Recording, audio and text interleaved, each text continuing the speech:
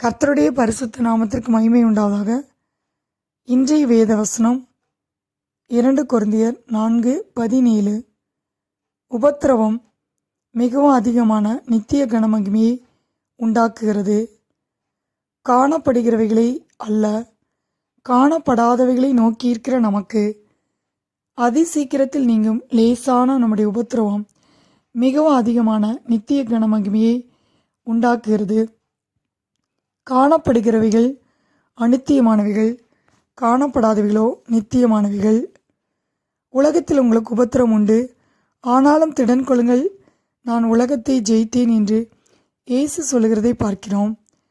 நாம் அநேக உபத்திரங்களின் வழியாய் தேவனுடைய ராஜ்யத்தில் பிரவேசிக்க வேண்டும் என்று அப்போஸ்தலர் 14:22 வாசிக்கிறோம்.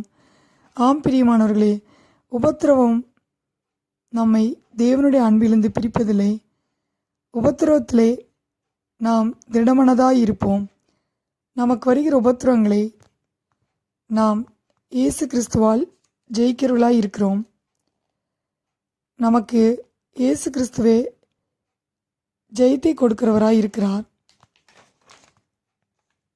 எனக்கு கட்டுகளும் உபத்திரவங்களும் வைத்திருக்கிறது என்று பரிசுத்த ஆவியானவர் பட்டணந்தோறும் தெரிவிக்கிறதை மாத்திரம் அறிந்திருக்கிறேன் என்று பவுல் சொல்லுகிறதை பார்க்கிறோம். ஆனாலும் அவைகளில் ஒன்றையும் குறித்து பவுல் கவலைப்படவில்லை. தன் பிராணனையும் அருமையாக எண்ணவில்லை.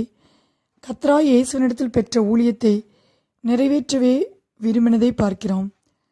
நம்முடைய வாழ்க்கையிலும் உபத்திரவங்களின் மத்தியிலும் நாம் பொறுமையாய் இருந்து நாம் இயேசு கிறிஸ்துவினுடைய சித்தத்தை நிறைவேற்றலாய் இருக்க வேண்டும். நம்முடைய வாழ்க்கையிலே நமக்கு வருகிற உபத்திரவங்கள் அதிசீக்கிரத்தில் நீங்கக்கூடியதாக இருக்கிறது. நாம் இம்மைக்காக மாத்திரம் இயேசுவினிடத்தில் நம்பிக்கையுள்ளவர்களாய் இருந்தால் எல்லா மனுஷரை பார்க்கிலும் பரிதபிக்கப்படத்தக்கவர்களாய் இருப்போம். நமக்கு வருகிற பாடுகளை குறித்து, உபத்திரவங்களை குறித்து நாம் கவலைப்படாமல் அவைகளை மேற்கொள்ள அவர் நமக்கு விசுவாசத்தை கொடுத்திருக்கிறார். இக்காலத்து பாடுகள் இனி நம்மிடத்தில் வெளிப்படும் மகிமைக்கு ஒப்பிடத்தக்கவைகள் அல்லவென்று நாம் வேதத்திலே வாசிக்கிறோம். ஆம் பிரியமானவர்களே, நாம் சோர்ந்து போகாமல் நம்முடைய உபத்திரவத்திலே நாம் தேவனை முறுமுறுக்காமல் நாம் அவரை நோக்கி பார்க்கும்போது அவர் எல்லா உபத்திரத்திலிருந்து நம்மை விடுவிக்கிறவராய் இருக்கிறார். கர்த்தர் தாமே இந்த வார்த்தையை ஆசீர்வதிப்பாராக. ஆமென்.